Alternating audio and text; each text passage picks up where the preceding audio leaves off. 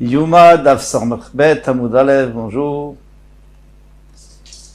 Eh bien, nous prenons 2 lignes avant la fin du Hamoud précédent. Ba'amine Rava Merav Nachman. Rava a posé la question à Rav Nachman. Kama Seirim Meshaleach. J'ai une question très simple. À partir du moment où on a dû refaire la shrita du saïr, la chair, pourquoi? Parce que le sang s'est renversé au milieu. Dans le cas où il s'est renversé au milieu, donc on est obligé d'en refaire, on peut en refaire plusieurs. Eh bien, à ce moment-là, chaque fois qu'on va acheter un nouveau saïr, un nouveau bouc pour Hachem, on va être obligé d'acheter en même temps un nouveau bouc pour Azazel, parce qu'il faut les acheter, il faut en acheter 2 et faire le tirage au sort. Donc on va se retrouver, si on a 3 saïrim l'Hachem, par exemple un sang qui s'est renversé après avoir versé à l'intérieur du Kodesh Kodashim, et un après et un à l'extérieur. Donc maintenant, on va aussi avoir autant de Seirim qui vont aller à Azazel, puisque chaque fois on tire au sort entre 2. Donc on en a un pour Hachem, un pour Azazel. Et on ne peut pas prendre un nouveau Saïr que pour Hachem, parce que chaque fois il faut recommencer. Il y a écrit, et vous tirez au sort entre les 2. Alors maintenant, qu'est-ce qu'on fait? Est-ce qu'il doit les envoyer tous à Azazel? Amarlé, il a répondu, Vechedrom Meshaleach. Est-ce qu'on lui a demandé d'apporter d'envoyer tout le troupeau? Tu sais très bien que on va pas lui demander d'envoyer tout un troupeau à Azazel. À Azazel, il n'y en a qu'un, et il peut pas y avoir plus qu'un. Alors qu'est-ce qu'on fait? On n'en voit qu'un. Tourne la page. La Gemara nous dit Vechedro Soref. Et est-ce que Hachem lui a permis de brûler plusieurs, il lui a dit de brûler plusieurs Seirim l'Hachem? Il n'a pas dit. Il a dit de brûler le Seir, une fois qu'on a fait toute la avoda, de le brûler en dehors du Machané. Beta des chênes. Mais alors pourquoi est-ce que tout à l'heure, dans la moud d'avant, on avait vu qu'il faut tous les sortir?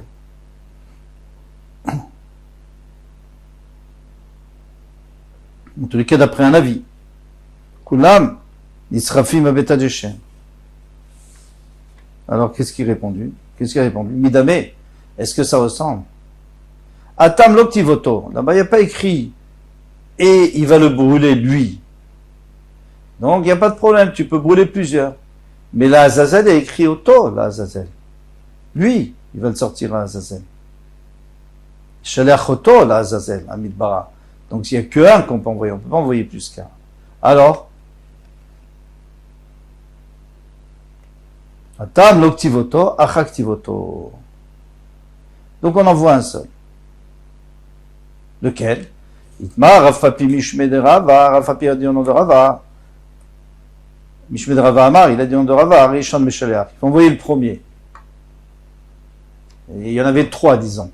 Celui avec lequel on a commencé la Avoda, ou plutôt celui dont le jumeau a commencé la Avoda l'Hachem, eh bien, c'est son jumeau qu'il faut envoyer à Azazel. Rav Shimi Mishme de Rava Amar Acharon, le dernier. Celui qu'on avait pris en dernier pour terminer la Avoda qu'on n'avait pas pu faire. Donc, Acharon Meshaleach. Bishlam Rav Shimi Mishme de Rava, je comprends Rav Shimi Mishme de Rava Amar Acharon Meshaleach qu'on envoie le dernier. Qu'à savoir qu'est-ce qu'il pense, il devait gamar bo kapara, puisque c'est avec lui qu'on a terminé la kapara. Alors, c'est lui le plus important. Grâce à lui, on a pu terminer la kapara. Donc son jumeau pour Azazel, c'est lui qui va aller à Azazel, c'est son jumeau. On se dit son jumeau parce que on verra dans le Mishnah qu'il faut qu'ils se ressemblent. Il faut qu'ils se ressemblent les deux. Donc, normalement, c'est 2 jumeaux. Et là, Rafapi Mishme de Rava, Maïka Sava. Mais Rafapi, au nom de Rava, quand il a dit le premier, Maïka Sava, qu'est-ce qu'il pense? Ça va là qui est Rabbi aussi. Il pense comme Rabbi aussi, d'Amar Mitzvah Barishon. Rabbi aussi nous a dit une règle générale que lorsqu'il y en a plusieurs, il faut toujours prendre le premier. C'est logique. Donc c'est le premier avec lequel on a fait la Avoda. Maintenant, après, on a eu un ennui, le sang s'est renversé, donc on a dû refaire. Mais c'est le premier qui a pris l'Akdoucha et qui a pris, et sur lequel les avonats des Bnei Israël vont être placés pour qu'ils puissent expier les avonats des Bnei Israël lorsqu'il va être jeté à Azazel, le bouc émissaire. On a vu ça. Ah, et Rabbi aussi. Quel Rabbi aussi? Où tu as vu que Rabbi aussi dit que c'est le premier? Alors, il y a plusieurs endroits. Il est Rabbi aussi des coupotes. Si tu me dis que c'est le Rabbi aussi des coupotes, c'est quoi les coupotes? On sait que on mettait dans une ishka, dans une chambre fermée, bien sûr, blindée, une chambre, je sais pas si elle était blindée, mais en tout cas, elle était bien fermée à clé. On mettait tous les shkalim de tout le clan d'Israël. Donc, c'était une fortune. Et maintenant, 3 fois par an, avant Pessah, avant Shavuot et avant Sukkot, on venait se servir. On faisait Troumat Alishka, c'est-à-dire on prélevait de la lishka, de cette chambre-là, on prélevait dans 3 coupotes, dans 3 boîtes. Boîte numéro 1, 2 et 3. Et après, on sort avec les boîtes, et c'est avec ça qu'on va apporter les korbanot Tzibour, le Tamid, Moussaf. D'Etnan, Shalosh Kupot, il y avait 3 boîtes, Shalosh Sein, chacune contenait 3 Sein, c'est beaucoup, hein. Chez Baïm Tormin Tadishka, et c'est dedans qu'on mettait les pièces d'or qu'on avait prélevées de la chambre. Vayakatu Vanem, Aleph Bet Gimel. Alors, il y avait écrit dessus, 1er, 2e, 3e. Pourquoi? Tania, Amra Biosi, Lama Katu Vanem, Aleph Bet Gimel. Pourquoi? Tu as besoin d'écrire. Tu prends d'une, tu prends de l'autre, qu'est-ce que ça change? Les Daizem Litre Marishon, c'est pour savoir laquelle on a rempli en premier. Les Aviem et Narishon. Il faut apporter en premier chez Mitzvah Barishon. C'est toujours une mitzvah de commencer avec le début. Donc ici aussi, c'est le premier qui va aller à Azazel, qui va être le bouc émissaire. C'est le premier du couple de boucs qu'on avait prélevé au début. La Gemara nous dit, mais c'est pas exactement la même chose. Dilma beina de itraze kamaita, lo itraze batraita. Pour les coupotes, pour les boîtes, je comprends, parce que dès qu'il y en a une qui est pleine, elle est déjà apte à servir pour les corbanotes. Et la deuxième n'est pas encore pleine. On est en train de la remplir. Donc c'est la première qui était dessinée et prête à la avoda. Donc il faut pas, tu vas pas passer devant cette mitzvah, elle est pour une autre mitzvah. Donc d'accord, ça je comprends. Mais ici,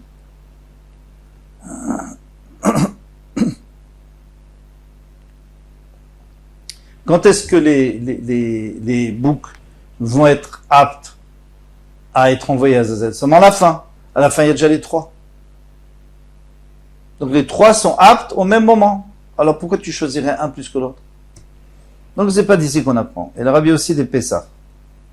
Là, ça ressemble plus. Korban Pessah. Donc on a prélevé un Korban Pessah. Il a été perdu. On a prélevé un deuxième Korban Pessah avant Chatzot. Parce que c'est après Chatzot qu'on va faire le Korban Pessah. Donc on a déjà prélevé avant Chatzot. Donc maintenant, quand arrive Chatzot, les 2 Korbanot sont prêts. En même temps. Donc ça ressemble beaucoup à notre cas, que les 3 sérim sont prêts au même moment. Donc Détania, Amafrish Pisro, celui qui a prélevé un Korban Pessah, Ve'avad, et il s'est perdu. Ve'ifrish Acher Tartav, donc il a prélevé un autre. Ve'acharkar Nimtza Rishon. Et après on a trouvé le premier. Ve'resh Nemomdim, et les 2 sont prêts à être approchés. Alors, lequel on approche? Parce que maintenant, le premier et le deuxième, ils sont tous les 2 valables. Au même moment, c'est-à-dire à Chatzot. Alors, il m'a répondu, Zemen, Shirtse, Yakri, Divrei Chachamim. Selon les Chachamim, il choisit celui qu'il veut. Rabbi Yossi Omer, Mitzvah Barishon. Rabbi Yossi, il dit non, c'est le premier. Bien que les 2 étaient aptes en même temps, c'est toujours le premier que tu avais prélevé. Mais si le deuxième était plus beau, plus gras, alors il vaut mieux apporter le deuxième, parce qu'on va le manger, le Korban Pessah. Mais ici, pour les séries, de toute façon, on va le jeter à Azazel. Donc ça sert à rien de prendre un plus beau ou un moins beau. Donc ici, c'est sûr qu'on va prendre le premier. Terminé. Adran alach otziulo. On finit ce perek. Otziulo, on va passer au perek. Shne seri yom kippurim. Bizrat Hashem, naaseh v'natzliach, Mishnah. Shne seri yom kippurim. Donc maintenant, les 2 boucs de Yom Kippourim, un qui va être pour Hachem, on fait toute la avoda avec le sang, etc., sur le parochet et sur le misbeach, mitzvatan, et le deuxième c'est le bouc émissaire, mitzvatan shiushnem shavin, il faut qu'ils soient égaux, des marées, en apparence. C'est pour ça que je disais que si c'était des jumeaux, ça serait mieux, parce que sinon ils vont pas tellement se ressembler. À moins d'en trouver 2 qui se ressemblent vraiment. Ou Bekoma, et la même taille, ou Bédamim, et le même prix. Parce que parfois, il y en a qui sont plus chers, moins chers. Ou les Kichatan Keechad, et la 4e condition, c'est qu'on les achète en même temps. Alors est-ce qu'on peut les acheter en même temps de deux personnes, ou alors il faut acheter en même temps de la même personne? Ça c'est une marloquette arishonim. C'est sûr que c'est en même temps, mais c'est possible que les deux personnes elles transmettent à un tiers personne, et le tiers, lui, il va nous le vendre en même temps. Et maintenant, si il n'a pas trouvé deux qui étaient égaux, c'est quand même caché. Ça va être très intéressant parce qu'on va apporter dans la Gemara plusieurs cas de conditions qui sont écrites dans la Torah. Il faudrait que ça soit comme ça, mais si on peut pas, il y a un limoud, on peut apprendre d'un passou que c'est pas grave si on n'a pas réussi. S'il n'a pas pu acheter les deux le même jour, ils sont kshérim. Metechad même, s'il y en a un qui est mort, imachelo igril met, si c'est avant, alors ça c'est important, avant le tirage au sort, donc j'en ai acheté deux, et maintenant il y en a un qui est mort. Alors je peux acheter un deuxième à sa place, et le premier je le garde. Pourquoi? Parce que bien qu'en vérité on devait les acheter en même temps, mais on a dit que si on les a pas achetés en même temps, c'est pas grave. Donc Ikar Zouk Dacheni. Il faut trouver un couple pour le deuxième. Un partenaire, si vous voulez. Pour celui qui était encore vivant. Veim Meshe Grilmet, mais si c'est après avoir tiré au sort, ça y est, c'est fini maintenant, parce qu'il y en a un pour Hachem, il y en a un pour Azazel. Alors qu'est-ce que je vais faire maintenant? Alors, Yavi Zogacher, Viagri Laem Batrila. Il faut apporter un autre couple et recommencer le tirage au sort. Veyoma, et il va dire, Im Shel Shemet, maintenant, dans le cas où c'est celui qui était pour Hachem, parce qu'on a déjà tiré au sort, donc on sait lequel est mort. Si c'est celui d'Hachem qui est mort, Zeshalala Vagoral Hachem, Yitkain Tarta, donc celui qui a été, dont le tirage, le sort est tombé sur lui, pour Hachem, alors il va prendre la place de celui qui est mort, puisque c'était celui d'Hachem. Vim Shel Azazel Met, mais si c'était celui d'Azazel qui était mort, le bouc émissaire, Zeshala Vagoral Azazel, Yitkain Tarta, donc c'est celui qui est monté, donc le tirage au sort est tombé sur lui pour Azazel, c'est lui qui va prendre sa place. Maintenant, il reste toujours un autre, puisqu'on a acheté un couple. Donc, il y aura le deuxième qui va rester. Si c'était celui de Shem, qui est mort, donc il nous reste que un pour la Shem. Alors, c'est le deuxième. C'est celui qu'on a tiré en deuxième. Mais il reste deux Azazel. Qu'est-ce qu'on va faire avec deux? La Sheni, eh bien, on le laisse pète jusqu'à ce qu'il ait un mou, un défaut, et après à ce moment-là il perdra sa doucha et on pourra le vendre, avec son argent on va acheter des corbanotes qu'on va apporter sur le misbeach lorsqu'il n'y a rien. On avait déjà dit ketz misbeach, ça veut dire lorsque il n'y a rien sur le misbeach, on apporte des korbanolot, nedava, des cadeaux. Shen chatat tzibur meta. Pourquoi? Parce que nous dit le Tanakama, le chatat tzibur il meurt jamais. Bien qu'un khatat yachid, on a déjà vu qu'un khatat qui est un particulier, si il y a un problème, eh bien, on le laisse mourir, le khatat. Pourquoi? Parce que son propriétaire, disons qu'il a déjà une kapara d'autre part, donc on le laisse mourir le korban et c'est fini. Mais ici non, parce que c'est un tzibour, alors on le laisse pas mourir. Rabbi Yehuda Omer Tamourot. Rabbi Yehuda lui est pas d'accord, il dit que puisque les propriétaires ont déjà eu une kapara, donc il mourra. Là où on avait vu une différence d'après tout le monde, entre un khatat yachid et un khatat tzibur, c'est si c'est le Baal, c'est le propriétaire qui est mort. Alors si c'est un yachid, alors il peut mourir. Mais si c'est un tzibur, tout le monde ne peut pas mourir en même temps. Donc, le korban, il reste valable. Ici, c'est un peu différent. Ici, c'est pas la personne qui est morte, c'est la personne qui a déjà eu une kapara. Alors, est-ce que on va dire la même chose? On va dire que si c'est yachid, eh bien, il faut laisser mourir le korban, mais ça ne sert plus à rien. Et si c'est un tzibour, on peut le laisser avoir un monde, mais le racheter. Ou alors, on va dire que lui aussi, il va mourir, comme Rabbi Yehuda. Rabbi Yehuda a dit encore autre chose. Nishpach Adam. Yamuta Mishtaleach. Si le sang du saïr qui est la chaîne, s'est renversée. Donc maintenant, je peux plus rien faire avec ce saïr. Eh bien, son partenaire va mourir aussi.